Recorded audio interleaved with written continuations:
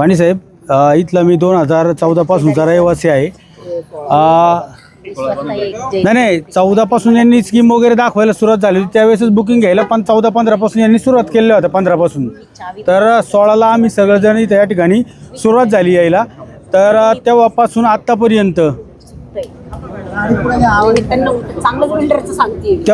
आत्तापर्यंत आम्हाला ज्या काही अडीअडचणी आल्या त्यासाठी हे तर सगळं चालू आहे या ठिकाणी आंदोलन.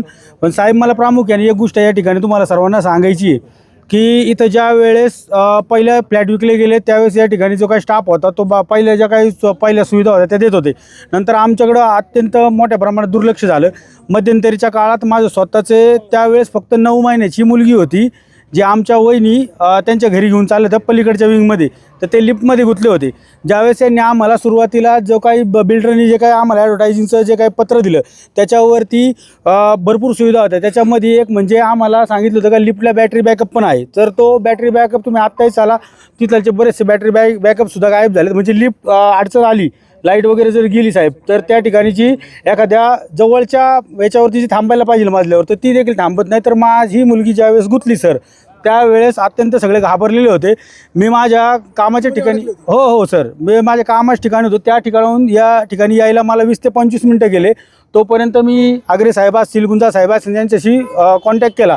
त्यांनी माणसं पाठवली, पण तिथं काय ते त्यांना वेळेत ती उपाययोजना करता आली नाही, तिला बाहेर काढता आलं नाही. आम्ही आमच्या अथक प्रयत्नाने ते त्यांना बाहेर काढलं. अक्षरशः अजून थोडं लेट झालं तर जीवाशी देखील त्या ठिकाणी काही झालं असतं साहेब. तर या ठिकाणी त्यांच्या असणाऱ्या स्टाफला आम्ही सांगायला आलो होतो. ते म्हटले तुमचा आणि आमचा काही संबंध नाही, तुमची आणि आमची सेपरेट झालेली आहे सोसायटी, तुम्ही आपलं तिकडं जावा, काही करा. म्हणजे यांना लहान बाळाची सुद्धा साहेब कदर नव्हती. त्याच्यानंतर आम्ही ज्यावेळेस मी हे सांगायला गेलो तर मला अत्यंत वेगळ्या भाषेत उत्तर दिली गेली, तुम्ही खाली जा, तुमचा काही संबंध नाही तर थांबू नका. अरे आम्ही जर म्हटलं ना सर का आमची ही कंप्लेंट आहे, ती म्हणते तिथंच काय तुम्ही कुठे कंप्लेंट करा, आम्हाला काही फरक पडत नाही.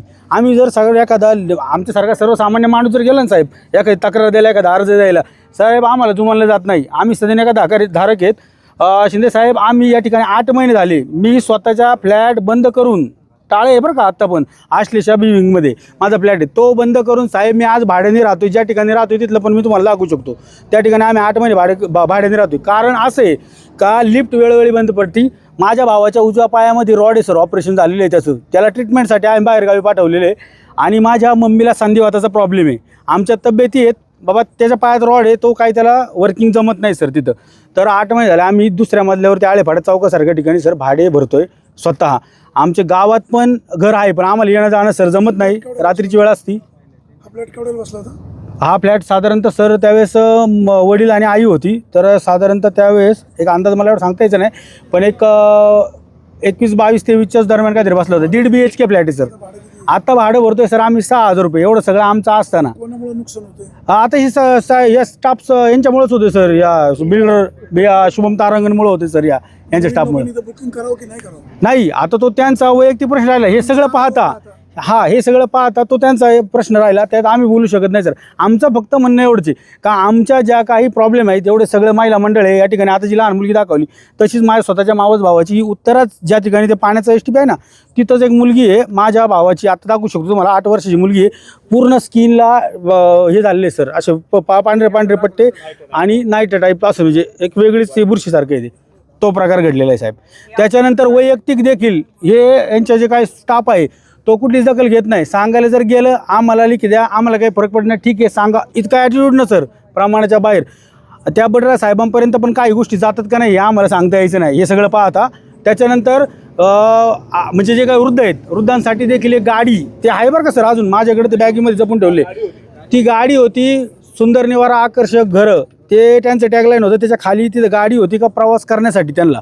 पण तो जो प्रवास करत असताना सर 2 किलोमीटरचा एरिया, 1.5 किलोमीटरचा, आळेफाटा चौक ते इथपर्यंत ती गाडी होती. ती गाडी तर काही दिवसांनी ती दिसली नाही, पण तरी देखील ती त्याच्यावरती होती, ती गाडी नाही. दुसरी गोष्ट म्हणजे साहेब, जो काही लिफ्टचा प्रॉब्लेम आहे ना, त्याला जे काही बॅटरी बॅकअप आहे तो बॅटरी बॅकअप या ठिकाणी आम्हाला मिळालेला नाही. तिसरा मुद्दा मागाशी बोलले पार्किंगचा. सर माझं 1.5 BHK 1 BHKवाला आतमध्ये पार्किंग आहे, हरकत नाही, ते आमची दुश्मन नाही साहेब. पण 1.5 BHK जर आमचा आहे तर आम्हाला नाही काय तर निदानवरती रूप तरी तेवढं तर पाहिजे ना सर, नाहीतर आमचे चांगल्या गाड्यांचं म्हणजे नुकसान होते. बरं 1-1 रुपये जोपून त्याचा मेंटेनन्स करावा लागतो साहेब आम्हाला. म्हणजे याच्याकडे कुठेतरी लक्ष दिलं पाहिजे. तिसरी महत्त्वाची गोष्ट म्हणजे साहेब, तुम्ही बिल्डिंग फिरून बघा, बऱ्याचशा ठिकाणी चिरा पण गेले, तशाच चिरा त्या आतमधून बेडरूमला वगैरे पण गेलेले आहेत साहेब. हां, जर कोणी वैयक्तिक बोलायला गेलं तर त्याला टार्गेट केलं जातं वेगळ्या अँगलनी. हे पण तुम्हाला सांगतो. टार्गेट म्हणजे काय बाबा, ते त्यांचाच विषय, ते असोचे त्यांचं ते कायमचं, म्हणजे असं बोललं जातं साहेब. याच्यात काही अर्थ नाही. जे काय आहे ते द्या. तुम्ही कोणाच्याबद्दल आकस ठेवू नका. आम्ही तुमचे ग्राहक आहोत. जर आम्हाला चांगली सुविधा दिल्या तर आम्ही 4 कस्टमर अजून दिले असते. जे काय आता याचा काय फीडबॅक जाणार साहेब? तुमचा अनुभव पाहता नवीन लोकांनी तर बुकिंग करावं की नाही करावं? नाही सर, माझं असं म्हणणं आहे, यांनी जर ज्या स्टार्टिंगला सुखसुविधा यांनी ज्या दिल्या होत्या सर, ते जर दिल्या एक ग्राहक म्हणून आम्ही देखील त्या नजरेने त्यांच्याकडे पाहू आणि परत त्यांनी जर आमचा विश्वास संपादन केला तर पुढची पावलं नक्कीच ग्राहक त्या ठिकाणी उचली. याच्या व्यतिरिक्त सर नवीन लोकांनी हा अनुभव पाहता बुकिंग करू नये. यांनी आम्हाला जर सगळं व्यवस्थित करून दिलं तर हरकत नाही. यांनी जर दिलं नाही सर तर तो त्यांचा प्रश्न राहिला वैयक्तिक, त्यात आम्ही बोलू शकत नाही. आता ह्या सगळ्या मंडळींनी या ठिकाणी हा जे टॅगलाईन दिलेला आहे, हे सगळं पाहता यांनी आता तरी जागा होऊन ते काम करावं अशी आमची कळकळीची विनंती साहेब.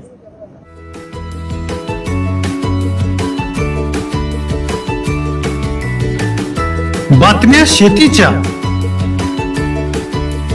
बातम्या मातीच्या, बातम्या अन्यायाच्या, गुन्हेगारीच्या,